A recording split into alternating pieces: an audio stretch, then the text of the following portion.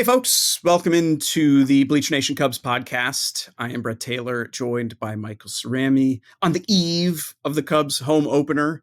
The BN Cubs Podcast, as always, is presented by Ankin Law. Make sure you are checking out Ankin if you've got legal needs. That's where to go. So we've got an additional week's worth of, I shouldn't say additional week's worth of games. We got the first week of games, all a road trip for the Cubs ahead of the home opener against the Padres this weekend. And so I think it's going to be, fair to take a comprehensive look at what we've seen so far. But I want to say at the top that, you are talking about just 9 games total, 2 of which were in Japan, essentially home games for the Dodgers. Like, it's almost throw those away. But even then, the 7 thereafter, you're talking about a road opener in Arizona, which is very tough. You're talking about then a 3-game series in a minor league ballpark against the A's. So big picture, I don't want us to fall into the trap, either good or bad, taking too much away from these 7 games. Specifically, I was curious, Michael, when you think about small sample size, because of course that's ultimately what we're talking about, right? Is that what we have available to analyze is a small sample. Are you thinking more about the fact that baseball is by its very nature a fluky sport where things that aren't reflective of skill can, be incorporated into the data in a small sample? Or are you thinking more about sort of the matchup particularities and peculiarities of baseball, where 7 games can look completely unlike the next 7 games because of who you're facing, where you're playing them, et cetera, et cetera? I was thinking about that this morning when I wanted to talk about sample sizes. And I realized, there's really 2 meaty components to that. Yeah, I mean, that's interesting. I never quite separated those in my head, but at the same time, those aren't entirely unrelated, because I guess it could be two ways to think about that. This is a fun thought experiment, because let's think about it this way. Let's say the Cubs had 10 games in a row, 2 5-game series. I don't know, I'm making that up. And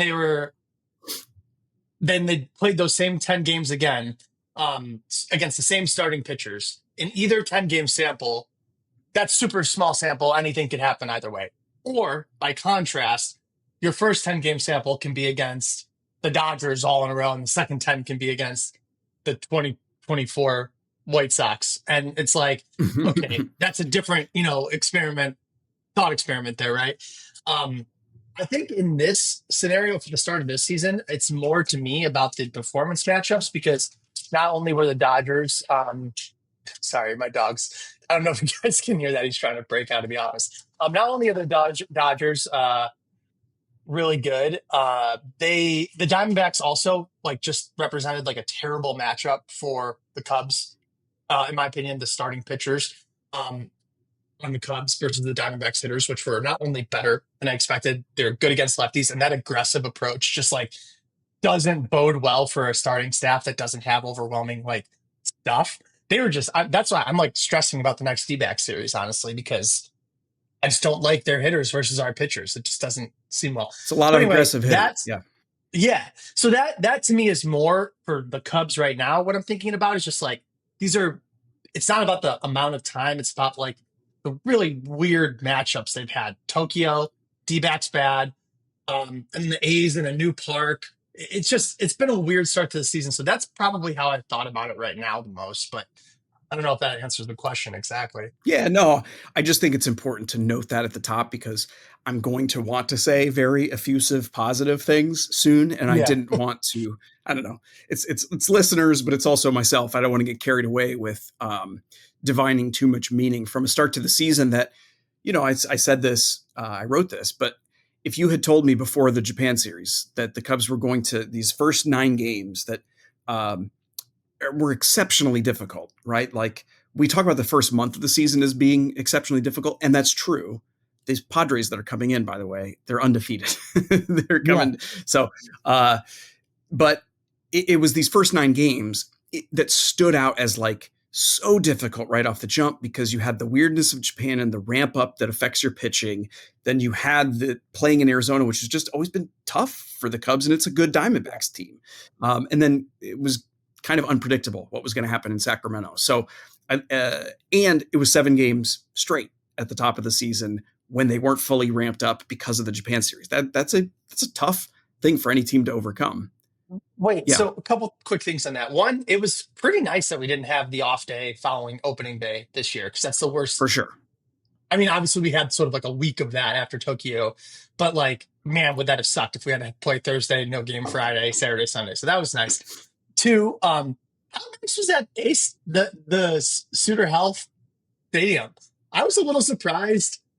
I was expecting a lot smaller, lesser, minor leaguey looking stadium. I was like, it's pretty nice ballpark. Like the aerial shots, it was like, oh, looks pretty good. Did you feel that? It is a nice, it's a nice park. They retrofitted it well to give it, it looks equally nice. I don't know if you've seen clips of Steinbrenner Field where the Rays are playing, because of course 2 big league teams are playing in non-big league stadiums right now.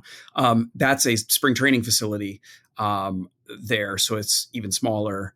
But it's very nice, but it definitely looks more, fill in than like, amateur. It does.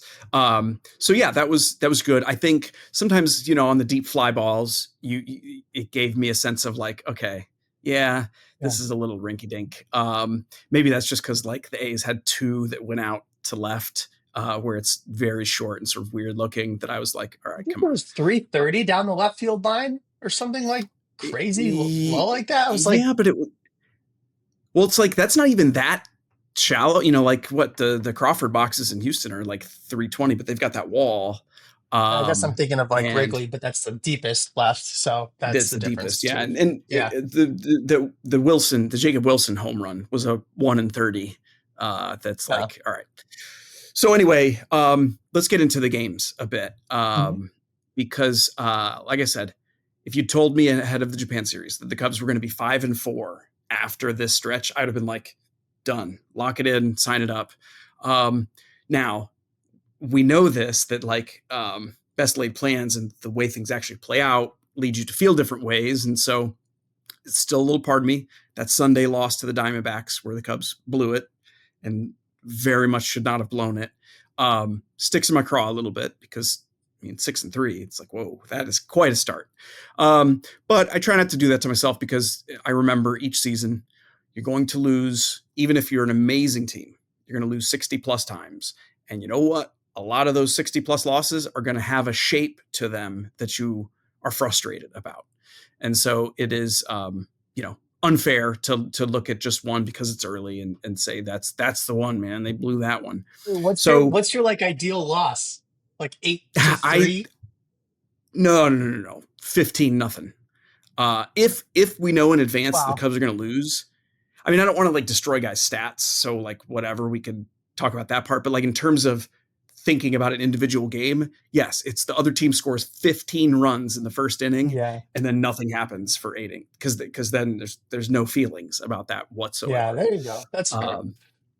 The worst is like Cubs are up multiple runs, they blow it late, and then they have a chance to take it back, and they themselves screw that part up and lose. That's like the trifecta of an awful loss.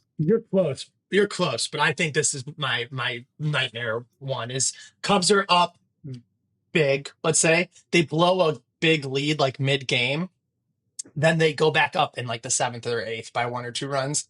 And then they lose the game. So they like it's where you like they gave the big you thing, they saved it. Okay, they got my God. You're right. So it's like they did it twice. Like it's, you know what I mean? That's where you're like, yes. Jesus Christ. Yes. Fair enough. You're right. Those are the ones that kill me. Thankfully, none of those this week. Yeah. No. And also having blown that one on Sunday to the Diamondbacks, then they're heading to Sacramento, and the sort of it affects us more as fans than it does the players. But nevertheless, there was an emotional start to that first game. The A's, they're doing the Ricky Henderson tribute. The players are all wearing his number. It was very very nice to see that immediately, boom, boom, they got off to the hot start. Michael Busch hit the home run. Dansby followed him. And they really did that in every game. Every game they had a crooked number on the board by the second inning. And man, there's not a better way to start off a game, particularly when you've got bullpen uncertainty and you want to try to recalibrate things there, than to have your offense put up a ton of runs. It's not to ignore the starting pitching. The Cubs got some good pitching performances in this series for sure. But like, I just love particularly yesterday's win. Cubs go up big early. They keep adding on. And then you have the opportunity to give three guys an inning of work in relief, three guys who were coming off appearances where they probably weren't loving how they pitched in Arizona. And so that's really a credit to the offense to make that happen. That's a great point. I was thinking about it for the starters in that obviously it was less true for Tyone ultimately, but still it felt like this a little bit at first, more so for Steele. With a little bit of a run buffer, you can let Steele work through his early struggles again in the homers, which we should probably talk about. And then you look at it at the end of the day, you're like, he went almost 7 innings and he really did that thing where you're like, we can't keep saying this. We can't say this all year. At a certain point, he needs to just have a dominant performance or whatever, right? But like, if you're not going to be at your sharpest and you're giving up early runs, if you can then go on to go 6 2/3 total innings, and he was still only at like 78, 79 pitches. I think he was super efficient. It was low. I think it was just the stress of the earlier innings and the amount of times he got up. Counsel was like, let's leave it there. But he could have pitched another inning probably. Doing that is afforded the Cubs by the offense having the buffer, because if it's like a little bit closer, Counsel needs to try to preserve the lead more stringently and use, the certain arms in certain places. But you kind of just could let Steele play it out. And then I have more confidence now. I'm sure Steele has more confidence. Like, hey, I had, a rough start, but we figured it out. And I feel like the same kind of happened with Jameson Taillon, where the start was, he had a good first inning, but I feel like it kind of like, he lost his command there for a second. Yeah. And then he cruised, and then it was pretty good. So that's great. And to see it specifically carried, everyone was contributing, but when you see like Kyle Tucker and Seiya Suzuki hitting multiple homers, it's like, yes, I mean, this is the point, right? You got a lefty and a righty, the heart of your lineup. They are the ones that carry this team. Everyone else can have good games, bad games, variance, like high, but these guys are the ones that you can rely on to the extent you can rely on baseball players to be there to support the entire lineup. And it's just like, man, that is so refreshing. It's not, I'm not comparing any of these players in it, but it's like when we had Rizzo and Bryant back to back, 3 and 4 or 2 and 3 for so many years, it's like, yes, I know that they're going to do their thing. Rizzo's going to walk. He's going to get on base. Bryant's going to hit his homers. He's going to hit for extra bases. Like, it feels like that. Just to have two guys like that is great. And this series was like, like, hey, I'm still here. Don't worry. That slow start was nothing. And Tucker is like his usual insane self. I mean, he was already, I know this is not how it works for anyone looking at the Fangraphs leaderboards, but I think he was already worth like 0.8 WAR. It's been 7 games or 8 games, whatever it had. Like, that's silly, but he was like the WAR leader after the first week of the season. He was. And it's exactly what you want to see. I kind of love that his third game in the series, of course, he had 2 huge games opening it. Third game in the series, he goes 0 for 3, right? And if that's all you said about it, you'd be like, okay, well, it happens. Except he actually had a great game because he was 0 for 3 with 2 walks. So he was on base twice. And in 5 of his 6 plate appearances, he went to a full count. And he just, you watch the guy and like he is so far been every bit of what we expected, not just in terms of productivity, but we talked about this before the season, that he's one of those guys who you watch and it's like, man, how does he combine being able to hit the ball that hard when he's aggressive, but also never yielding on a pitcher's pitch? Even at the edges of the strike zone, he's just sort of like, nah, I can't really drive that one. So nah, like he just sees it out of the hand so well. Yeah. That's how you become that caliber of hitter and superstar. And What do you think about his swing? When I look at his swing, I hate doing this because I know that there's like actual swing scouts out there that have terms and things to look for. But man, I love it. I just love it so much. It feels so loose but controlled. It's like this weird combination of like rubber band being like stretched and let go. Like he looks so like it's so well defined, but every part of his body is so fluid when he swings the bat. And when he connects, it is as sweet of a looking swing as I've seen on the Cubs in a long time. That's not, I mean, I'm not saying it's not saying it's saying a lot. There's been a lot of good Cubs players. But it's just like you look at it and it's like incredible. Do you notice anything when you see him swing that stands out to you? I'm laughing the whole time. I hate his swing. By which I mean, I know everybody listening is like, do you know ball at all? No, I understand. I understand mechanics. I'm curious what you're saying. I'm glad you said it. No, just aesthetically. I do not like it. I do not like the way it looks. Like when I think about a sweet lefty swing, you know, I'm picturing Ken Griffey Jr. and they have very different, just from an aesthetic perspective, swing. But no, I mean, what you can see in Tucker's swing and the way he's bringing his bat through the zone is how it stays in the zone so long. Like he is reaching, and I saw a post about this, and I can't remember the particulars, but you can see it in his swing. He is making the barrel available for contact so early and so deep at the back edge of the plate, and then carrying it through so well to the front edge of the plate that, you know, he's got a significant distance where that barrel is available to make the best kind of contact with the ball. That's another thing that's just unbelievable that he's able to do that while still generating tremendous bat speed, while maintaining such tremendous strike zone discipline. I mean, he's a unicorn in that respect. And that's why a lot of those stats that sort of the next level digging when we were talking earlier in the offseason about the acquisition, why he's like consistently a top 5 hitter in baseball in this XYZ, you know, kind of way. So I just mean purely like, I don't know. There's just something about looking at his swing. I'm like, nah, not for me. But no, please, I know what you mean. Dear Kyle Tucker, though. Don't change anything. Don't listen to me. No. So let me I don't want to harp on this, but I want to define it one other way. When I think of the opposite of Kyle Tucker's swing, I think of Addison Russell's swing, which felt so rigid to me. It felt very like, you remember how he would do that thing with his arms? It was like, bend your arms. Like, you know what I mean? Like, and Kyle Tucker feels like he's stretched, like he's like flexible. And that width is like, that he goes through the zone with it. Like, it just, I don't know. I know what you mean by the lack of aesthetically pleasing visuals of his swing. Like, okay, I get that. But that's what I mean. It's just like, it feels like his body was made to swing a baseball bat when you see it. And, you know, I don't know why you were so worried during spring training, Brad. I know every day you're like, I can't believe he's, but, you know. How smart do we look, by the way? Like, we dedicated half an episode to being like, there's nothing wrong. Don't worry about it. Stop this. So I feel pretty good about that. Yeah. Well, it's how many times would we have to learn the same lesson? You know what I mean? Like, it's just well, how and it it's goes. funny.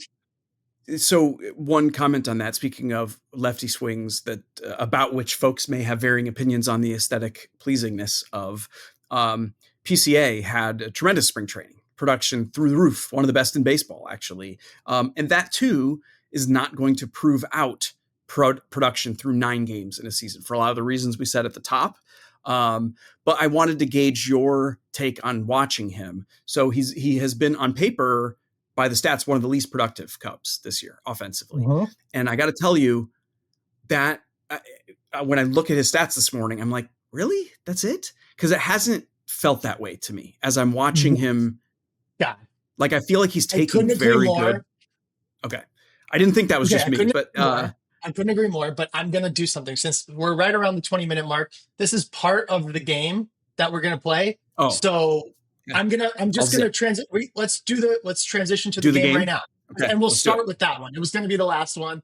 I'm going to Okay. start right here with what we're going to do. Okay. So we're going to transition now. Everyone knows that by now you should know that halfway or 2/3 of the way through the pod, we like to play a little game. One of us will spring something on the other. This week, it was my turn to bring something to Brett.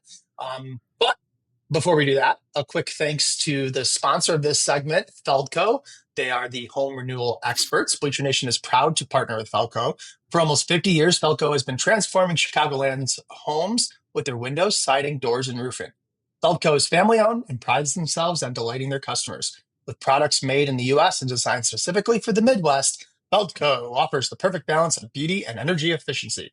I got into like my late night announcer mode there. I think I'm going to do it like in a character voice next time.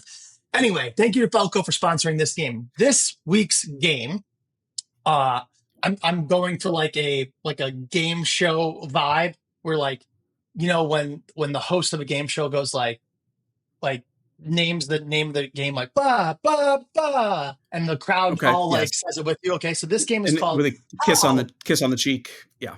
Yes, exactly. This game is called How Dumb Is It? And you're gonna tell me how dumb it is. Okay. The 5 things that I'm gonna list to you, but they don't have to be dumb. So you could be like, no, that's not dumb at all. This Right. is, Low. you know what I mean? Yeah. Yeah. Like, Yep. so don't think that it's like only dumb things. So what was going to be the 5th one, we're going to start with the first one. And how dumb is it that despite his terrible stat line to start the year, I look at PCA and I still only see a star. I cannot take the feeling that what I'm seeing is nowhere near the offensive production that he's delivered. How dumb is it? Very undumb. Not the highest level of undumb, but pretty darn undumb. And the only reason I'm hedging a little bit is because I started to look into this morning for the reason I was discussing before. I was sort of like, how are his numbers? How do they look like that when he, to me, looks like he's taking these really good plate appearances? I know his strikeout rate's not up. It's not. His contact in the zone is good. His batted ball metrics are not terrible. I will note, it's not like he's just getting super duper unlucky, though, at least in terms of, ex-WOBA versus WOBA. He's getting pretty unlucky, but it wouldn't translate to positive production. And so I think he's maybe just a little under the ball at times right now, but he's still putting himself in good position. I feel like he's not consistently biting at pitchers' pitches. So I am curious, but at the same time, when it's early like this in a season, I hate to dive too deeply on like the underlying stuff. Like I'll look at, just for folks who don't know, swing level metrics. They stabilize a lot more quickly than anything else. Swing level and pitch level. So if you're to the point where a guy has seen, taken 50 swings or 100 swings or seen 100 pitches, or there are certain stats that do start to have some signal in them rather than noise. And so I will start looking at those things now. Like, for example, his contact rate in the zone is way up from last year. That seems good. And that does stabilize pretty early. But things even like walk rate and strikeout rate kind of want to wait till they get to that 100 plate appearance threshold before you even start to think. And then batted ball stuff, like in terms of balls in play and sort of end productivity, it's more like 200, 250 plate appearances. So, that's where we leave it. Yeah, and with his speed, he should have a higher BABIP, theoretically, just beating out a couple of extra things that, hits and infield hits that other guys might not be able to and stuff like that. But yeah, I mean, I'm not going to go too deep on it because I think you absolutely nailed it. But I just will say that I watch him and I'm like, the base running and the defense and his arm, that throw from center to third. That throw was amazing. I mean, I think it's pretty under discussed, frankly, because we're so on top of his defense. Everyone knows he's an elite defender. Apparently, his arm is both accurate and strong, which is like a separate part of defense. Oh, yeah. When you think about that was incredible. It's just not quite right. It's not quite at the same tier as his reads and reaction time. Yeah. And so I think we don't think, but if he was poorer on that side, but had the same arm, we'd be like, well, at least he has a really good arm. Yeah, exactly. Okay. So anyway, yeah, bottom line there is I'm still pretty high on PCA. Number two, maybe. Well, I'm not going to answer for you. I'm going to. So how dumb is it not signing David Robertson yet before the season now is, and you could do all the caveats you want. Maybe there's something we don't know. I don't, but Yeah. I want to know, how dumb is it that the Cubs have not signed David Robertson? Certainly less not dumb than the first one. I mean, I think in hindsight, it appears as though the Cubs grabbing Ryan Brazier was the final move for the bullpen, sort of guarantee, and was probably the decision that they made. And I do look at a bit more around the market at that time, and he still hasn't signed. Andrew Chafin, who was one of the last signers, had to take a minor league deal. So I think against that backdrop, it's at least understandable that the Cubs weren't going to 5-10 million. It's not like he has signed some bargain deal with another team.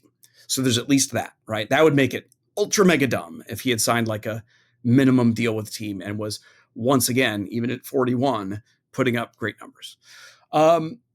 As far as the Cubs' needs go, we'll see. It's early. And he's still available, I guess. So it almost could undo itself. I know, but what? Yeah. I mean, even if you say Brazier was the alternative, okay, was that the right call then? And for sure. And that'll be, you know what I mean? But it's like, because Robertson wasn't just good. He got a velocity bump last year. Yeah. He's fantastic. Now there may be reasons that the league is projecting regression. Like we see that every year, guys linger and us outsiders are like, why? And then they sign these lesser deals and then they have terrible seasons. And it's like, league knew something we didn't. So that's possible. I think we also should note that the Cubs they have two guys on the IL right now in Brazier and Tyson Miller.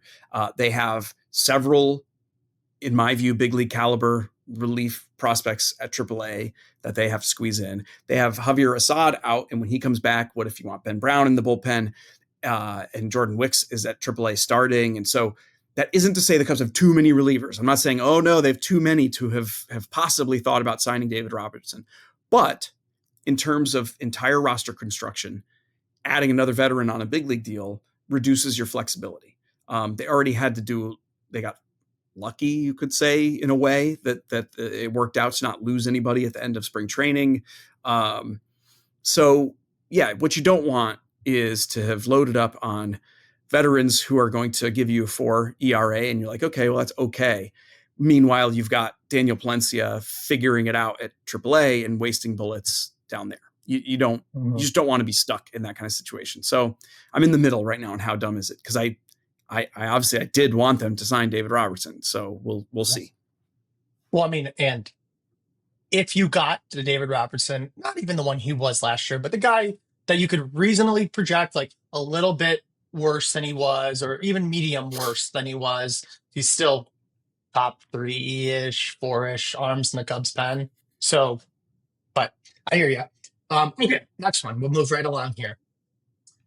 How dumb is it? Matt Shaw's leg kick / setup in the box.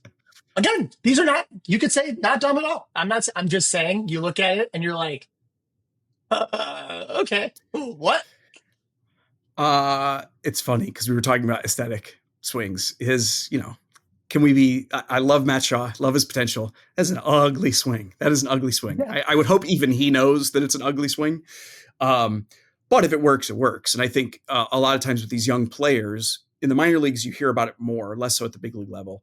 You let guys do the thing that works until it doesn't. And then that provides you an opportunity to make changes. And maybe that's what will happen with Matt Shaw. Maybe the league will teach him that like, this is not going to work for you. But it is interesting. He now has as a teammate, one of the very few players in baseball who has like the monster leg kick in Justin Turner and has made it work for a decade plus. Now it took the manager with the weirdest looking swing in the history of baseball. So That's right. And I think it's interesting because Turner is just such an interesting, career because it took him till he was about 30 to really establish himself as a regular. And then he became a star at like 31, 32, which just never happens. Hopefully it doesn't take Matt Shaw a decade to really figure it out. So, that's another one that lands in the middle tier for now. Give me a half season of facing big league pitching against it, because there is a way to balance it. It's not like he always does the huge leg kick. Okay. Sometimes with 2 strikes, it's inconsistent. It must be matchup based. But sometimes with 2 strikes, he'll cut it down and he'll do just a toe tap and a short stride. But then again, when he hit that home run on the first pitch, elevated fastball at 95, top of the zone, and he took a really aggressive hack and he crushed it. I don't know. How much of that do you want to coach out of a guy? No. I mean, for me, it's not entire. So there's sort of 2 components for it. For me, it's like the leg kick is one part, and you could just so easily see the headlines, right? It's July. It's like Miguel Amaya repeat of last year. Like Matt Shaw gets 3 days off, eliminated the leg kick, comes back, and I didn't lose as much power as I thought. Okay, whatever. The other thing is that sort of inverted front foot. That's like he lifts his heel up and points his toe in. Yes. I like that even less, by the way, just for the record, because I feel like it does not make available the pull side to him very much. I feel like that's where a lot of his power is going to be, but he's young. I completely agree. And it also looks less stable as a foundation. Again, think about an opposite being like Chris Bryant, like that wide, low, like that's the polar opposite, wide, low, square stance. And it's like, I don't know, man. Like, this looks like you're going to fall over. He sets up really far away from the plate, and I think that helps him get that inside edge he's diving to access his pull a little bit. But still, okay. Moving right along, we did Shaw, we did Robertson, we did PCA. How dumb is it that the Dodgers got off to this 8-0 start, and last night they get the comeback and the Shohei walk-off? I mean, how freaking dumb is this?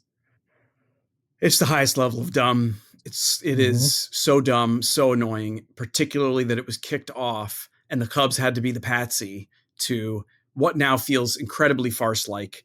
That, it's, again, that series was sponsored by the Dodgers owners. Everything there was Dodger. And they're a stacked roster that got even better because of they have, it's like they have the financial ability to do things that other teams can't. And they're getting bonus deals from players to stack on more talent. I hate it. I kind of love that I hate it. And, it's probably good. Now the Cubs get them again for 5 more games this month, by the way. So that'll be fun. Did you know the games off the Cubs schedule really quick? Just a note. It's Padres. Those games in Japan, those were home games for the Cubs, by the way, officially. Those were home games for the Cubs, which is real nice, real nice. I don't know why they didn't just do 1-1, but maybe there was a reason. But they did it for the London series. It was the same thing. It was 2 Cardinals home games. I don't know. There must be probably schedule making related. I know, but like you probably can't. Why should those count as home games for the Cubs if it's because you get the bottom half of the inning? No, it's not so much that, because I think they maybe do alternate those. It has to do with the stateside schedule. You can't have one game, like a hanging chad where you've got to like figure out, how are we going to get a team to come to their park for one game? You know what I'm saying? So you can do that if it's 80 games. And hopefully at least the Cubs got like the gate receipts from those games. I hope there was like a benefit to the Cubs for losing. They lose 2 games at Wrigley Field because of that. Yeah. Their upcoming schedule quickly is, because I was going to bring this up, but we didn't. Padres, Rangers, Dodgers in LA, Padres in San Diego, Diamondbacks, who again are a terrible matchup. Dodgers again, Phillies. I mean, it's literally only first place or undefeated teams for a whole month. With another West Coast trip baked in. You said Coast twice, even if you. I had to correct it twice. West Coast. West Coast. Okay. Last one. And this one's just a little bit of a fun one. Well, or unfun. I think it was Danny Rocket. Saw like a flyer or something that like the domestic beers at Wrigley this year were going to cost $13.99 per 16-ounce can, which is ridiculous. I'm not saying how dumb is the expensive beer prices, because that is dumb. We could all agree on that. How dumb is it that Wrigley has never and doesn't seem inclined to do that thing that some other stadiums do, where it's like dollar hot dog and $5 beer night or whatever. How dumb Yeah. is it that they don't ever do one of those things? We know they don't have to, but how dumb is it? I mean, the closest they ever came is they had a couple of years ago, like a 50 ticket section that was, I forget, it was like discounted tickets and a package of maybe you got like a soda and a lot of parks do that. Basically every other park I've ever been to has like ticket packages where you get a ticket for $50, but it also, you get a hot dog, chips, and a drink. And it's like the value Well, menu. White Sox, you get a percentage of the team, I think, too. You own a little part of the team if you buy one of those tickets. That was good, man. Jeez, this is a guy, he just had baby number 2 too. And he's still zipping them. Nicely done. So I'm sure there's math behind it. I'm sure the Cubs have dedicated a department to doing the math of like, it's just not worth it because of X, Y, and Z. But I can only speak to the fan perspective. And it's like, man, it'd be nice to have a game where it's sort of like, oh, sweet, I can get 2 sandwiches, or, I can get, maybe this is where you run into trouble. Cause then I think like, oh, I can get 8 beers. And they probably, I don't know if the Cubs want that. So it's fairly dumb that they aren't a little more creative, I think, with the pricing strategy on food options. But again, they got info that I don't. Yeah. All right. Addison, Well, I'm in. Addison says this is why Brett chose Ivy over beer last time. You are correct. Yeah. Okay. Well, that's where we lead the game. That was how dumb is it? And my head, Addison's gonna. You don't have to actually do this. Yeah, exactly. And there's like it comes across the screen and sparkles and that whole thing. But yeah, you did good. I think I agreed with everything where you landed there. So I'll pass it back to you to take us home, so to speak. Yeah, you didn't know to include Kyle Tucker's swing. That's what would have generated the outrageous. Addison, don't you dare clip that part and make it like the social share where it's just like, and the ends are cut off. So it's just Brett saying, I hate Kyle Tucker's swing. Don't do it. Don't do it. So he needs to change that swing. All right. Thank you, folks, for listening. Thank you to Michael. Congrats, by the way, on the new kiddo. Hope the family's doing well. And thank you to Addison, our producer. Thank you to all you wonderful listeners. Thank you to Ankin, our wonderful sponsor of this podcast, which is the Bleacher Nation Cubs Podcast. We're here for you every Thursday. Wherever you get podcasts, make sure you are please and thanks rating, reviewing, subscribing, all that wonderful stuff. And when you need Ankin, you are calling them at 312-6 million. And we will see you next week. Much love. Take care.